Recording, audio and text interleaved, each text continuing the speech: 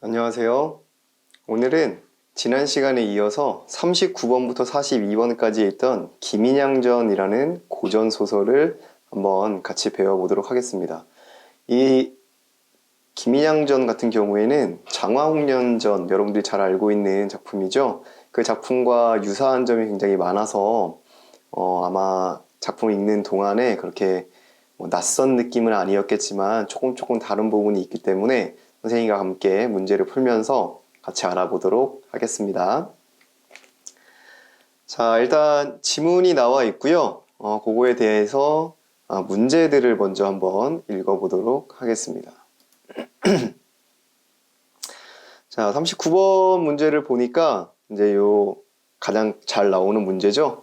네, 윗글을 읽고 이해한 내용으로 적절한 것은 이라고 되어 있습니다. 그러니까 여기에 나와 있는 그 명시적으로 드러나 있는 부분들을 한번 찾아보라는 얘기죠. 어떤 내용들이 나와 있는지 한번 보겠습니다. 인형은 한림과 달리 인양의 옷을 지은 솜씨에 감탄했다. 뭐 이런 내용이 있는지 한번 찾아보고요. 인형은 한림으로부터 인양과 이남의 재생 소식을 들었다. 다시 태어나나 봅니다. 3번 한림이 심천동에 갈 때 한림의 부모는 그 이유를 몰랐다. 한림의 부모에게 이야기를 하지 않고 갔다는 거죠. 4번 한림은 자신의 안위를 위해 자신의 안전을 위해서 법사들을 데리고 갔다. 그런지도 한번 보고요. 5번 한림은 제문을 통해 인양과의 연분을 이어가겠다. 그러니까 한림이라는 애가 제문에서 영원히 사랑하겠다 라는 얘기가 나오는지를 한번 보자는 얘기입니다. 자, 그 다음으로 넘어가겠습니다. 자, 40번 문제예요. 마찬가지 우리 보기가 나오면 어떻게 한다고 그랬죠? 그렇죠. 보기를 먼저 읽고 그 보기를 바탕으로 이 작품을 어떻게 읽어나가면 되겠구나 라는 힌트를 얻자 라고 이야기를 했었습니다. 네, 한번 볼게요. 보기에서 어떤 이야기를 하고 있는지. 문학 작품에서 모티프는 서로 결합해서 서사적 의미를 생성한다. 여기서 말하는 모티프라는 건 그 화소, 이야기의 덩어리들이라고 보시면 되겠습니다.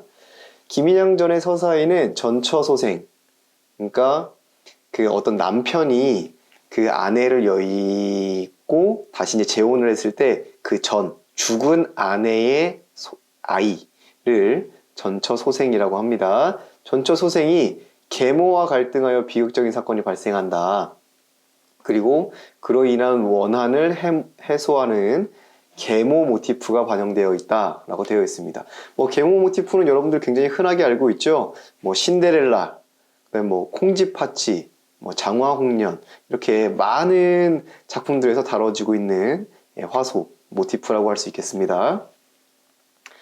또 여기에 혼사장애를 극복하고 혼인을 하는 혼사장애 모티프가 결합되어 있다. 이 혼사장애라는 건 뭐냐면 요즘에는 조금 덜하지만 한 5년에서 한 7년? 그 정도 전에는 항상 나오는 드라마에 그 빠지지 않는 요소가 그 부잣집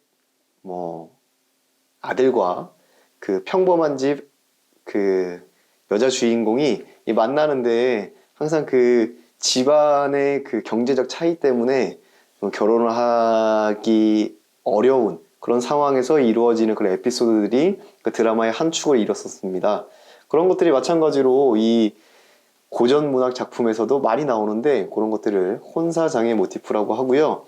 특히 이 혼사장애 모티프가 요즘처럼 그런 신분의 차이도 많이 나오기는 하지만 보통 죽은 자와 산 자 이런 식으로도 자주 나오게 됩니다.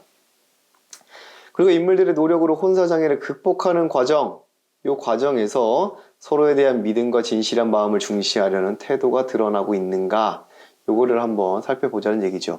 그러니까 우리가 아직 작품을 읽어보지는 않았지만 이 김인양전이라는 작품에는 이 계모가 나오는구나. 그리고 혼사장애가 나오고 그 혼사장애를 극복하는 동안에 이 사람들이 영원한 사랑을 속삭이고 거기에 대한 믿음이 있구나. 이런 정도를 이제 예상하면서 우리가 이제 이 지문을 읽어 나가면 되겠습니다. 뭐 이제 여기에 있는 내용들은 어차피 그 실제 본문을 읽어봐야 알 수 있는 내용이기 때문에 일단 지금은 넘어가도록 하겠습니다. 자, 기역과 니은에 대한 설명을 적절하지 않은 것은 그랬는데요. 이런 게 나오면 어떻게 하라고 그랬죠? 네. 본문에 기역과 니은이 어디에 있는지 한번 찾아보자 그랬습니다. 보면요. 자, 기역 여기 있네요. 꿈. 그 다음 니은도 꿈입니다. 그러니까 이 사람이 꿈을 지금 2번에 걸쳐서 꾸는 것 같은데 이 꿈에 어떠한 차이가 있는지를 한번 살펴보자 라는 이야기가 되겠습니다. 자, 그 다음 42번 A의 서사적 기능으로 가장 적절한 것은 이라고 했습니다. 그럼 또 A가 어디 있는지 한번 찾아봐야겠죠?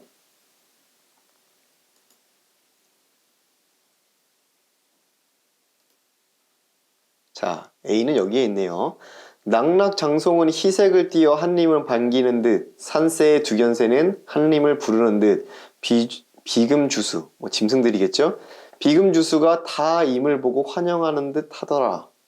여러분들이 느끼기에 요게 어떤 지금 상황이 그려지고 있는 것 같아요. 뭔가 좀 신비롭고 뭔가 이 한림을 막 환영하는 듯한 느낌이 들죠? 그럼 요런 배경은 어떤 역할을 할까요? 한번 추측을 해봅시다. 아, 그렇죠. 뭔가 그 뒤에 신비롭고 긍정적인 일이 벌어지겠구나 라는 생각을 할 수가 있게 되는 겁니다. 진짜 그런지는 작품을 읽어봐야겠지만 요 부분이 이 작품에서 하는 역할이 무엇인가 라고 하는 게 이 42번의 문제였습니다. 42번에서는 한번 간단하게 한번 볼게요. 중심인물의 성격을 직접적으로 제시하고 있다? 이 배경만 보고서 성격을 제시했다고 볼 수 있을까요? 이건 좀 아닌 것 같습니다. 앞으로 일어날 사건의 성격을 짐작하게 하고 있다.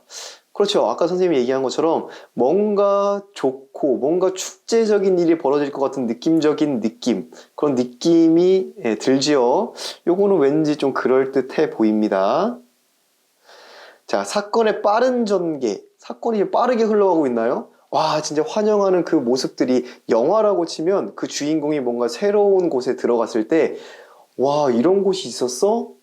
와, 정말 예쁘다. 라고 하는 정도의 지금 장면인 거지, 뭐 사건이 지금 긴박하게 흐르는 것 같지는 않아요. 이것도 조금. 자, 시간적 배경의 비약적인 변화.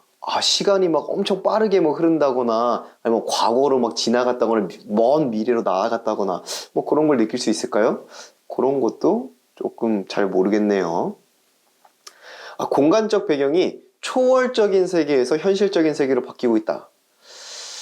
글쎄요. 초월적인 세계가 좀 더 화려하고 멋질까요? 아니면 현실적인 세계가 더 멋질까요? 아마 초월적인 세계가 더 멋질 텐데, 만약에 이게 지금 바뀌어 있다면 현실적인 세계에서 초월적인 세계로 넘어가려고 하고 있다 라고 하면 조금 그런가? 하고 작품을 읽어봐야겠지만 요거는 왠지 느낌적인 느낌으로 아닌 것 같은데요. 아직은 우리가 작품을 읽지 않았기 때문에 확실하게 알 수가 없습니다. 그러니까 여러분들이 어떤 문제를 먼저 봐라 라고 이야기를 할 때 그 문제에 있는 것들을 세세하게 살펴보고 그 문제를 먼저 푸는 것이 중요한 것이 아니라 이 문제에서 어떤 부분들을 묻고 있는지를 먼저 여러분들이 머릿속에 집어넣고 작품을 읽으면 놀랍게도 그 부분들이 실제 본문을 읽을 때 이렇게 툭툭 튀어나와서 여러분들을 자극하게 될 겁니다. 여러분들을 그 단기 기억이라는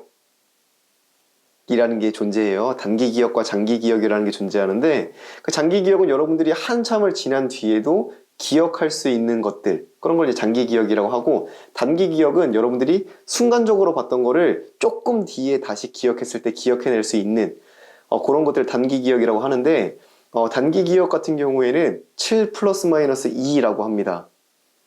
7 플러스 마이너스 2가 뭐냐면, 머리가 보통의 사람은 7개 정도를 기억할 수 있고요.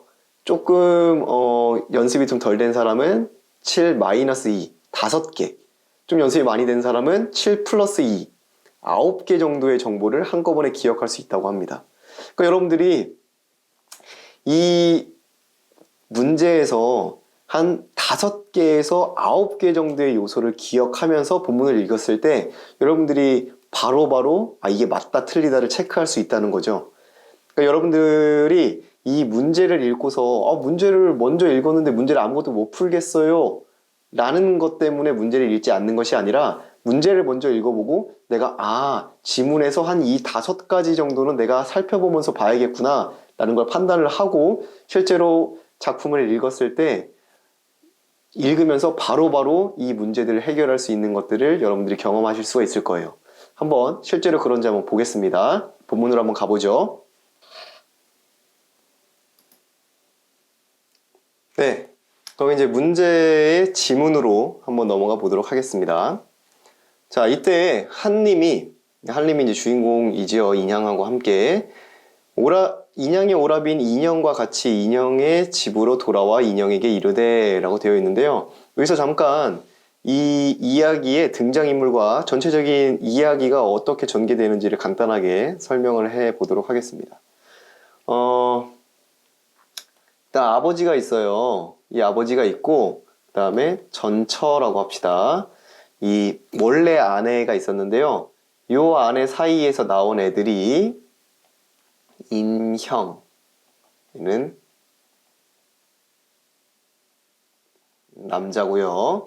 인향, 인함, 얘들은 여자입니다. 이렇게 이제 세 남매죠. 세 남매가 있었습니다. 그런데 이제 전처가 병으로 죽게 돼요. 죽게 되고 이 계모가 들어오게 되는 거죠. 근데 늘 그렇듯이 이 계모하고 계모는 이 3명의 아이들을 별로 좋아하지 않아요. 별로 좋아하지 않아서 계속 얘네들을 어떻게 하면 이 집에서 쫓아낼 수 있을까를 고민하게 됩니다. 이렇게 고민을 하다가 낸 깨가 요 인양이라는 여자애가 마치 결혼도 하지 않은 처녀가 임신을 해서 낙태를 한 것처럼 꾸며가지고 이 아버지한테 고하게 돼요. 그럼 이 아버지가 좀 더 영리한 사람이었다면 좀 더 확실하게 알아보고 또 이야기도 들어보고 이렇게 했을 텐데 그렇게 하지 않고 이 인형을 시켜서 인향을 물에 빠뜨려 죽게 만듭니다. 근데 이 사실을 알게 된 인함의 경우에는 목을 매서 자결을 하게 되죠. 굉장히 지금 이제 억울하게 죽게 됐잖아요. 이 인향이라는 아이와 인함이라는 아이가 둘 다 억울하게 죽게 되었어요. 이 억울하게 죽게 되니까 이 억울함을 풀어달라고 계속해서 그 마을에 있는 사또의 꿈에 나타나게 됩니다. 근데 이제 새로 부임하는 사또들이 심장이 그렇게 강하지 못했는지 그 귀신을 보면 아직까지 그 억울한 이야기를 미처 하기도 전에 그 심장마비로 다 죽게 돼요. 그래서 이제 계속해서 자주자주 이제 사또가 바뀌게 됩니다. 그러다가 이제 그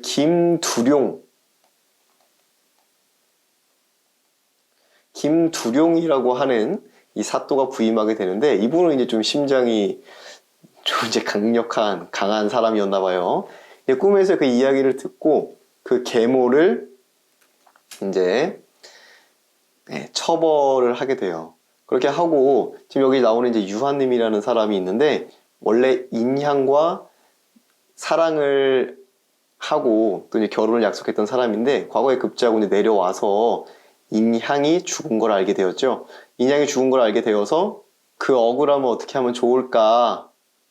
어떻게 다시 만나고 싶다라는 생각을 하고 있는 와중에 지금 여기 나와 있는 이 이야기가 나오게 되는 것입니다. 이해되셨나요? 한번 보도록 하겠습니다. 한님이 인양의 오라비인 인형과 같이 인형의 집으로 돌아와서 인형에게 이르되 인양 소저가 나와 백년가약을 맺었으니 그렇죠. 결혼하기로 했으니 나를 위해서 필히 의복을 지어두었을 것이다. 들어가서 찾아보리라 라고 되어 있습니다. 의복을 지어두었대요. 하니 인형이 즉시 누이가 있던 방에 들어가 세간을 열고 보니 과연 비단 의복이 겹겹이 있는지라. 역시 인향도 한님을 잊지 않고 옷을 지어두었었네요. 인형이 일장 통곡하다가 가지고 나와 한님께 드리니 한님의 의격을 받아보고 더욱 슬픔을 견디지 못하여 눈물이 옷깃을 적시더라. 수품 제도를 자세히 보고 칭찬할. 근데 여기서 누가 칭찬하는 겁니까? 그렇죠. 한님이 칭찬하는 겁니다. 아까 전에 문제에서 1번 인형은 한님과 달리 인양의 옷 지은 솜씨를 감탄했다. 맞네요. 한님이 감탄한 거죠? 그러니까 이거 틀렸구나. 이렇게 문제를 먼저 읽고 나면 이렇게 기억나는 요소들이 있다라는 겁니다. 아깝도다 이 제주를 어디 가서 다시 볼꼬 하고 탄식하다가 인형을 작별하고 집으로 돌아오니라. 한님이 저녁을 먹고 노고나무로 일찍 취침을 하더니 취침 항상 꿈에서 뭔가 일이 벌어지죠. 비몽사몽간에 인양소저 소매로 낯을 가리고 한님 앞에 와 제배하고 여쭈오되 한님은 나를 모르시나이까? 나 인양이에요. 저 기억 안 나세요? 라는 거죠. 첩은 다른 사람이 아니오라 심천동에 가서 심천동에 가서 물에 빠져 죽은 겁니다. 죽은 인양의 혼백이로소이다. 가련한 혼백이 의지할 곳도 없고 위로해 줄 사람도 없사니와 여기 한번 볼까요? 의지할 곳도 없고 위로해 줄 사람도 없습니다. 슬픔을 이기지 못하였더니 천만에 한님의 덕택으로 충문까지 읽어주시고 한님이 아마 그 전에 뭔가 제문을 통해서 좋은 곳으로 가기를 이게 기도를 해주었나 봐요. 한번 보겠습니다. 한님의 덕택으로 충문까지 읽어주시고 원혼을 위로해 주시니 귀신이라도 어찌 그 은혜를 모르리오까. 제문에 하시기를 이런 말까지 했나 봐요. 죽은 귀신이라고 하더라도 한님 때 귀신이다. 그러니까 죽었어도 당신은 나의 아내고 우리 집 사람입니다. 라고 이야기를 했나 봐요. 그 은혜를 어찌다 측량하오며 해 같은 덕택을 입사와 첩이 정생의 죄를 중하여 일찍 모천을 이별하고 계모의 누명을 애매히 쓰고 죽은 철천지 한을 서론할 길이 없더니 명찰하신 성주님, 아까 얘기했죠? 김두룡이라는 사람입니다. 이 사또죠. 성주님을 만나 원수를 갚았고 또한 한님이 근히 환양하야 한님은 과거에 급제했습니다. 하여 원혼을 위로하여 주시었사오니 이제는 한이 없습니다. 한이 없대요. 이것도 기억해 두시기 바랍니다. 한님은 저를 재생코자 하시거는 한님은 저를 재생코자 하시거는 재생할 수 있는 방법이 있나 봅니다. 하늘께 축수하와 금생연분을 이루게 하옵소서. 첩에 모치는 옥황상제께 상소하시옵사고 첩은 염라대왕께 발언하였으니 한님은 진심으로 하옵소서. 그러니까 먼저 돌아가시는 어머니가 우리 불쌍한 딸 좀 제발 행복하게 잘 살 수 있게 좀 도와주세요 라고 빌었고 본인도 저 너무 억울합니다. 저 한님과 사랑할 수 있게 다시 한번 살려주세요 라고 빌었으니까 한님 당신도 지금 다시 한번 좀 빌어주세요 라고 이야기를 하는 거죠. 하고 눈물을 흘리고 나가거늘 한님이 언덕에 미끄러서 깨니 꿈이라. 이 첫 번째 꿈 이야기 나왔습니다. 그럼 문제를 한번 볼게요. 자, 기억 첫 번째 꿈이죠. 인양은 한님에게 자신을 위로하여 준 것에 대한 감사의 뜻 표현하고 있죠. 축수를 해주고 해서 너무 고맙습니다 라고 이야기하고 있습니다. 기억에서 인양은 혼백으로 의지할 곳이 없어 쓸쓸하게 지냈던 자신의 처지, 아까 전에 내가 마음 줄 곳도 없고 쓸쓸했다 라고 이야기를 하고 있었어요. 이것도 이제 맞구나 라는 걸 알 수 있죠. 자, 그 다음 여기 다섯 번째 있는 거, 기억에서 인양은 자신의 재생을 위해 한님이 해야 하는 일이 무엇인지를 알려주고 있다. 그런가요? 그렇죠. 나도 빌었고 어머니도 빌었으니까 당신도 빌어주세요 라고 해야 할 일을 이야기하고 있습니다. 그러니까 지금 이렇게 1번, 2번은 맞고 5번도 반은 맞았다 이렇게 판단하고 넘어가겠습니다. 한님이 날이 새기를 기다려 부모께 몽사를 아뢰고, 여기서 부모는 한님의 부모겠죠. 한님의 부모에게 몽사를 아뢰고 일가친척과 원근 제족을 모으고 각처의 법사를 불러 삼천동으로 나아가니 산천은 첩첩하고 녹수는 잔잔한데 묻 새소리 사람의 심해를 돕는 듯 하더라. 여기서 이 법사는 스님이 되겠죠. 스님들이 뭐 하는지 한번 보겠습니다. 삼천동에 달아라 묘전에 재물을 차려놓고 모든 중들 법사입니다. 이 법사들이 거사를 입고 하늘께 축수한다. 뭐 하는 거예요? 우리 불쌍한 인양 처자를 제발 좀 살 수 있게 해주세요 라는 거지요. 어렴풋이 기억나지 않나요? 자신의 안위를 위해 법사를 데려갔습니까? 아니죠. 어디 있었죠? 자, 여기 한번 봅시다. 틀렸네요. 한님은 자신의 안위를 위해 법사를 데리고 갔다. 이거 아니죠. 또 3번 보겠습니다. 한님이 심천동에 갈 때 한님의 부모는 그 이유를 몰랐다. 아니죠. 한님이 자신의 꿈 이야기를 먼저 부모님한테 해줬습니다. 방금 전에. 그러니까 요것도 틀렸네요. 자, 계속 한번 읽어보겠습니다. 옥황상제님은 살피사 불쌍하온 김낭자를 다시 회생케 하옵소서 하고 무수히 축원하고 김낭자 지부의 왕께 발언하나이다. 만일 회생하면 어찌 황천후토께서 모르시리까 하고 이와 같이 지성껏 축원하니 정성이 하늘에 사무치더라. 아주 정성껏 기도를 한 겁니다. 석양이 되매 제전을 파하고 집에 돌아와 등촉을 밝히고 있더니 호련 김낭자 완연히 들어와 한님께 절하고 여쭈오되. 다시 이제 꿈을 꾸는 거에 되겠죠. 오늘의 정성하심을 하늘이 감동하시고 정성스럽게 기도하신 거 감동하시고 첩을 치근하게 여기서 다시 환생케 하오니 환상하게 되었나 봅니다. 한님은 명일 아침에 음식과 이 약물을 가지고 심천동으로 오소서. 이 약물이 뭐냐 하면 이 약물은 옥황상제께서 주신 회생수이오니 그리 아시옵소서 하고 일어나 2번 절하고 나가거늘 놀랍게니 꿈이라. 자, 그럼 2번째 꿈 이야기가 나왔죠? 한번 보겠습니다. 니은에서 인양은 자신의 분신에 해당하는 상징적인 증표를 한님에게 전달하고 있다. 뭐 예를 들어서 내가 꽂고 있던 비녀를 이렇게 주면서 저를 알아보세요. 뭐 이렇게 한 겁니까? 아니죠. 옥황상제가 주신 생명수를 가지고 와라. 그걸 가지고서 이제 뭐 먹이든 뿌리든 해야 다시 되살아날 테니까. 그건 분신이 아니죠. 약물입니다. 약물. 그러니까 여기 이제 틀렸구나 라는 걸 이제 우리가 알 수 있겠고. 한번 볼게요. 4번. 니은에서 인양은 한님의 정성으로 자신이 환생할 수 있게 되었다는 걸 한님에게 알리고 있다. 너무 지극하게 해주셔서 그게 하늘에 닿았고 제가 환생하게 되었어요 라고 이야기하고 있었습니다. 그래서 얘도 맞고요. 니은을 통해 인양은 자신의 재생을 위해 한님이 해야 하는 일을 일러주고 있다. 뭘 해야 됩니까? 음식과 약물을 가지고 심천궁이었나요?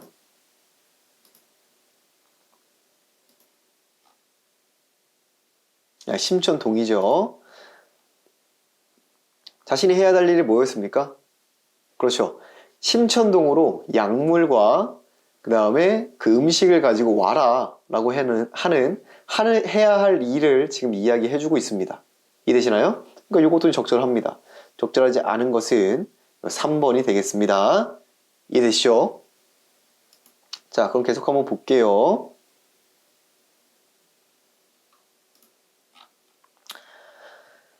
자, 한림이 자세히 살펴보니 그 옆에 약병이 있거늘. 어머, 꿈이었는데 그 옆에 약병이 진짜 실제로 있는 거야. 정말 기이한 이야기 아닙니까? 이런 거. 뭐 전기성이라고 할 수 있죠?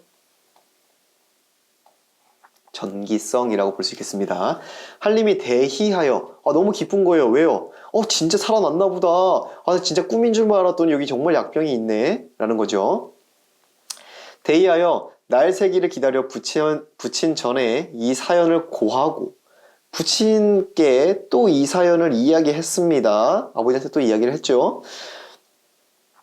즉시 재물을 차려가지고 인형과 함께 같이 심천동으로 찾아가니 그 다음 A 낙낙장송의 희색을 띄어 한림을 밝히는 듯 산간의 두견새는 한림을 부르는 듯 비금주수가 모두 다 임을 보고 환영하는 듯 하더라. 그 뒤에 어떤 일이 벌어질까요? 그 약을 뿌리면 왠지 좋은 일이 벌어질 것 같죠? 예상하면서 계속 보겠습니다. 한림 일행이 심천동에 당도하여 묘전에 제문을 차려놓고 분양 재배한 후 제문을 읽으니 그 제문에 하였으되 유세차 모년 모월의 감소고우 한림은 옥황상제전에 일배주로 축원하오니 불쌍하온 김낭자를 불쌍하온 김낭자를 다시 회생케 하옵시면 미진한 인연을 이어 다시 백년도락으로 지낼까 하오니 영원히 함께 하겠다라는 겁니다. 복원 옥환상대님은 다시 회생케 하옵소서라고 되어 있습니다. 이해되시죠? 하며 빌기를 무수히 한 후 재물을 파하고 다시 재물을 차려 묘전에 버려놓고 재배한 후 충문을 읽으니 하였으되 유세차 모년 모일에 한림 유성윤은 일배주를 김낭자 자화에 올리니 흠향하옵소서. 먹으란 얘기죠. 도시 애군이 한님의 재혼이 모든 것을 용서하시고 여기 이제 이 안 좋은 일들이 다 그냥 자기 탓, 내가 다 살피지 못한 탓이니 라는 얘기입니다. 모든 것을 용서하시고 구구이 축원하는 한님을 보아 회생하여 다시 인연을 다시 이어 살았으면 지금 죽어도 여한이 없겠나이다. 그러니까 다시 회생해서 인연을 다시 살았으면 여한이 없겠다 라는 얘기입니다. 하고 즉시 인형과 같이 분모를 헐고 신체를 보니 목과 얼굴이 조금도 썩지 아니하였고 인양과 동생 이남이 자는 듯 하거늘 한림이 즉시 회생수를 뿌리니 얼마 뒤에 숨을 후 쉬고 두서저가 서로 돌아눕는지라. 인형과 지금 한님이 같이 무덤을 파고 그 생명수를 뿌린 겁니다. 그럼 여기 한번 보세요. 39번에 인형은 한님으로부터 인양과 이남의 재생수를 들은 겁니까?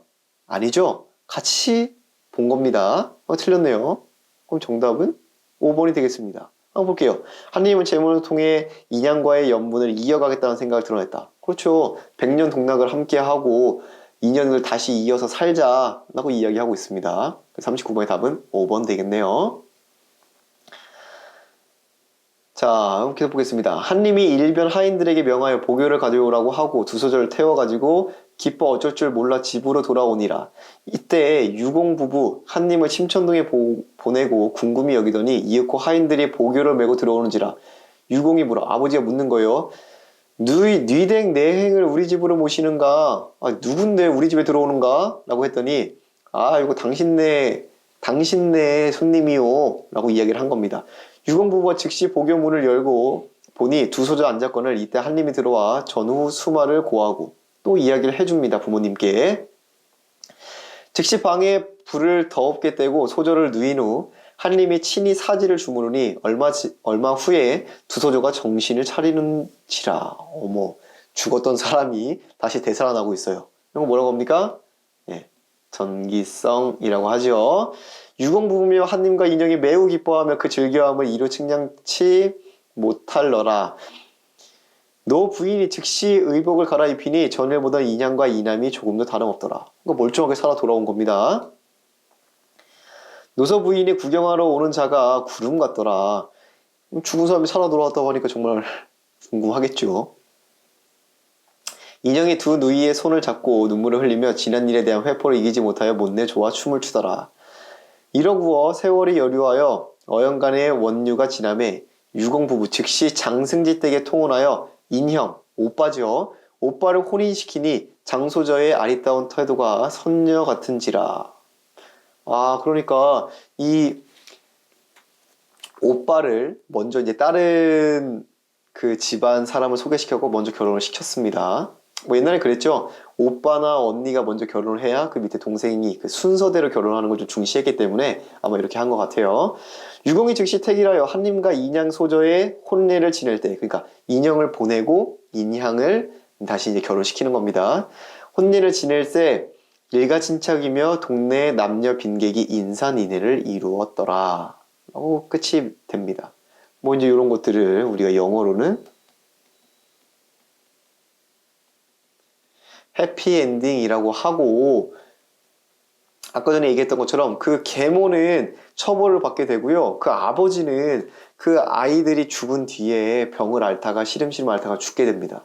그러니까 이제 아버지는 악한 사람까지는 아니지만 어쨌든 그 계모처럼 악한 사람은 벌을 받고, 그 다음에 이 착하게 지금 살았던 인형, 인함, 인향, 그 다음에 이 유한님 같은 경우에는 행복하게 산다. 이런 것들을 권선징악이다. 이렇게 이제 표현을 하지요. 네, 이렇게 해서 우리 작품을 한번 알아봤고요. 나머지 문제들을 한번 풀어보도록 하겠습니다. 자, 그러면 우리 40번 문제부터 한번 보도록 하겠습니다. 40번 문제는 아까 전에 말했던 그 모티프들이 있었죠? 뭐 계모, 그 다음에 혼사장애를 극복하는 과정에서 서로에 대한 사랑이 나오는 부분, 그런 요소들과 연관지어 본 것 중에 적절하지 않은 것을 고르는 문제입니다. 한번 1번부터 보겠습니다. 1번. 한림이 인양에게 재물을 올리고 자신의 죄에 대해 용서를 구하는데, 이런 내용이 나왔었어요. 이런 데서 계모에 대해 남아있는 인양의 한을 모두 푸는 것이 한님과 인양의 혼인의 전제 조건이 된다. 그런가요? 계모에 대해 남아있는 인양의 한. 뭐 인양이 아까 전에 이야기할 때 여기 보시면 여기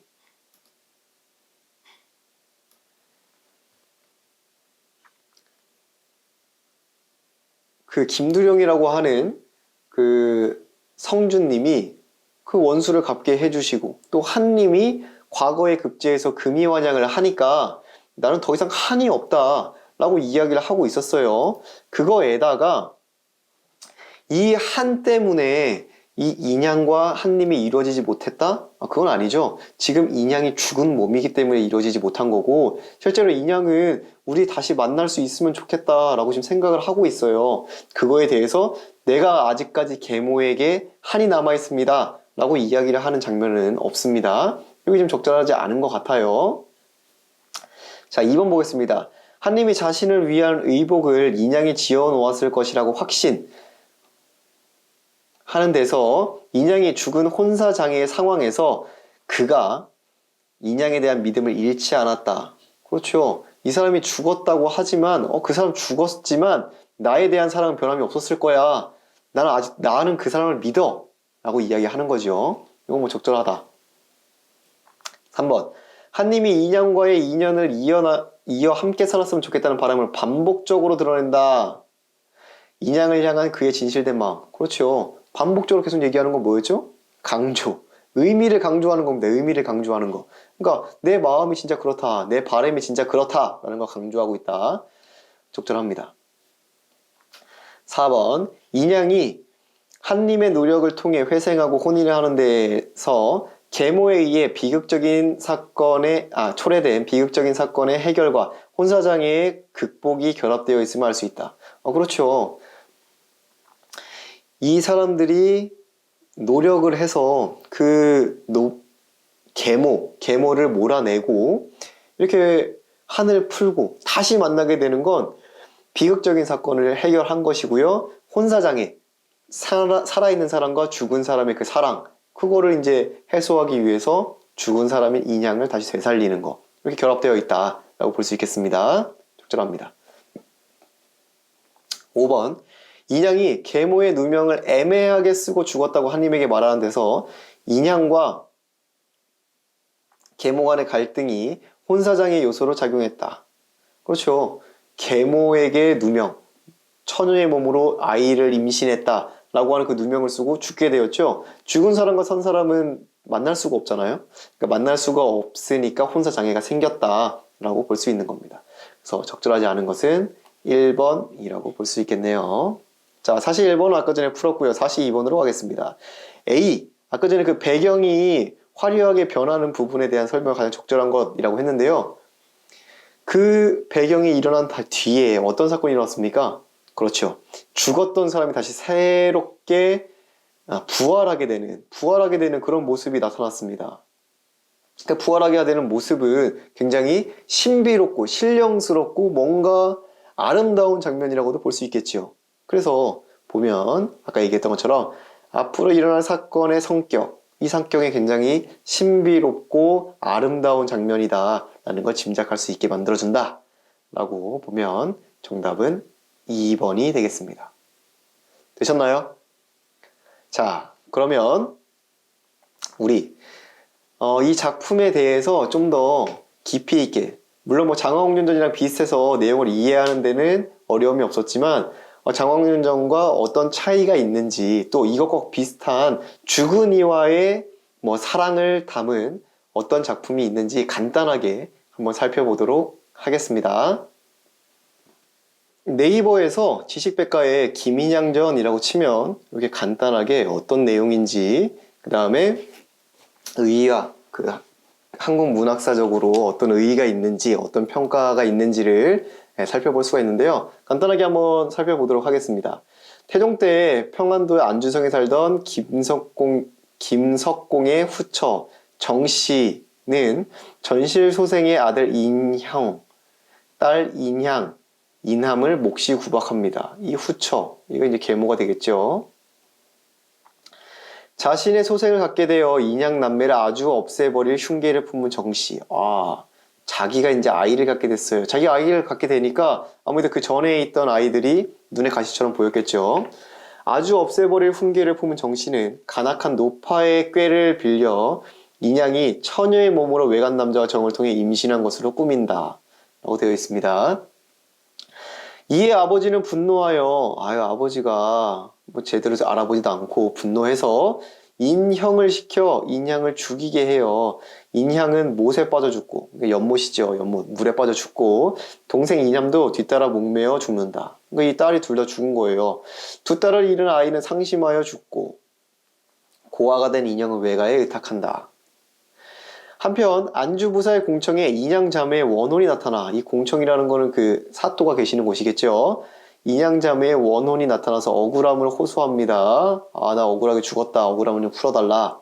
근데 부사들은 계속 놀라서 죽어요. 그 마을에는 흉년이 들어서 안주업이 거의 폐업이 될 지경에 이른다. 이에 조정에서는 김두룡이라고 하는 그 심장이 강한 그 사람을 부사로 내려보내게 됩니다. 그는 인양자매의 원기를 만나서 사실을 알아내어 정씨와 노파를 처형합니다. 그렇죠. 벌을 내린 거지요. 그리고 인양 형제의 위령제를 지내줍니다. 좋은 곳으로 가라. 한편 과거에 급제하여 한림학사가 된 한림학사, 그래서 한림인 겁니다. 유한림. 인양의 약혼자 유성윤, 원래 본명은 유성윤이고요. 그 과거에 급제해서 한림학사가 되었기 때문에 유한림이라고 부르는 거죠. 인양의 몽중암시, 꿈이죠. 그녀의 무덤을 파고 아직 썩지 않은 인양자매의 시체에 영양, 아까 말한 그 물약이죠. 물약을 뿌려 회생시킨다. 인형과 인양자매가 다시 상봉하고 인양은 드디어 유한님과 혼인한다. 이런 것들, 아까 얘기한 것처럼 뭐 권선징악이다 이야기를 했고요. 아까 여기 뭐 계모 모티프도 나왔고요. 죽었기 때문에 혼사장의 모티프도 지금 나오고 있습니다. 또 뭐 이런 요소도 있겠죠. 뭐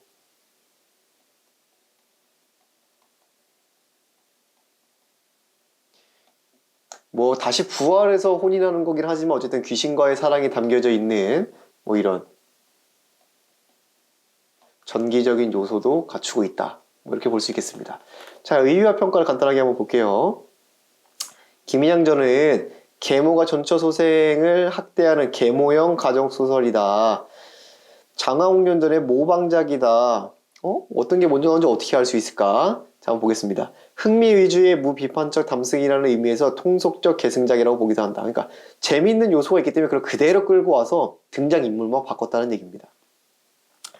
이 작품은 장화홍련전에 비해 봉건적 가치관이 크게 약화되어 있고 문체도 신소설에 상당히 근접해 있다는 점에서 상당히 후대의 저작으로 추정된다. 장화홍련전의 경우 계모의 학대는, 계모가 왜 학대를 하냐? 경제적인 욕망과 남편과 전실 자식에 대한 소외감에서 비롯된다라는 겁니다. 반면에 김인양전에서는 전적으로 계모가 그냥 성격이 안 좋아요. 이해되시나요? 그러니까 성격 때문인 거는 아무래도 이 사람이 하는 그 행동에 조금 뭐 당위성이랄까요? 그런 것도 좀 떨어질 수 있겠죠. 얘가 그냥 성격이 안 좋아서 그래 라고 이야기하는 거니까요. 이런 면에서 장화홍련전에서 보이던 문제의식과 현실 감각이 둔화되었다. 그렇죠. 모든 게 다 이 사람의 성격 탓이 되는 거니까요. 또 계모는 악하고 전실 자식은 선하다는 통념에 지배되고 있다. 그러니까 무조건 계모가 나오는 소설에서 계모는 나쁜 사람, 전조선생은 불쌍하고 힘 약하고 이런 사람, 이렇게 정형화시켰다라는 얘기입니다. 그러나 김인양전은 계모의 학대로 죽은 주인공이 재생하는 전기소설, 아까 얘기했죠. 죽은 사람이 다시 살아나는 기이한 이야기를 가지고 있다는 점이나 인양의 죽음과 재생을 이끄는 결연 관계가 나타나는 점, 그리고 인양의 죽음이 누명을 벗어나기 위해 스스로 선택한 것이다. 인양의 죽음이 누명을 벗기 위해 스스로 선택한 거. 그러니까 뭐 형이 밀어서 죽은 게 아니라 자기가 그냥 뛰어들어서 죽은 겁니다. 점에서 장하홍련전과는 차별성을 갖는다. 게다가 다른 계모형 소설에서는 계모의 얼굴을 거의 박색, 그러니까 얼굴이 미워가지고 성격이 그렇고 나쁜 짓을 한다라고 하는 게 그 전의 소설이었다면, 여기는 이 계모가 얼굴을 예쁘게 표현했다는 점에서 그 전의 소설들과 차별점이 있다는 겁니다. 또 김인양전에서 비극성이 한층 고조된다 라고 하는 주장도 있다고 합니다. 어떤 거냐, 인양의 아버지가 통곡하다가 병들어 죽는 장면, 인양이 오라비의 인도로 연못에 빠져서 죽는 대목에서 감상적인 분위기가 한층 고조되고 있다는 견해도 있다고 합니다. 이렇게 그 장화홍련전과 비슷한 점도 있지만 차별점도 있다 라는 거 여러분들이 좀 잘 알아두었으면 좋겠습니다. 자, 그 다음에 선생님이 갖고 온 작품은요, 여러분들이 그 수능 특강에서 배웠던 만복사 저포기라는 작품이에요. 이 만복사 저포기 같은 경우에도 그 김인양전과 그 주근이와의 사랑이라는 요소가 함께 같이 있다는 점이 공통점이고요. 또 거기다가 이 양생이 계속해서 축원을 해서 꿈에 다시 나타나게 됩니다. 이 꿈에서 뭐라고 이 여인이 이야기하냐면, 당신 덕분에 나는 저 먼 나라의 사내 아이로 태어나게 되었다. 그러니까 당신도 나를 잃고 행복하게 살아라. 이렇게 환생을 하는 모티프도 가지고 있습니다. 다만 이 여인이 여인으로 환생해서 사랑이 이루어지는 것이 아니라 사내 아이로 태어나서 그냥 환생을 하고, 이 양생은 불교에 귀의하게 되는, 결론이 다르긴 하지만 어쨌든 꿈에서 일어나고 환생을 하게 되는 그런 모티프가 같이 있다는 점에서 공통점이라고 볼 수 있겠습니다. 자, 오늘은 이렇게 해서 김인양전에 딸려있는 문제들을 함께 살펴보았는데요. 오늘도 강의 듣느라고 고생 많았고요. 우리 다음 학교에서 만날 수 있기를 기대하면서 다음 시간에 다시 만나요. 안녕.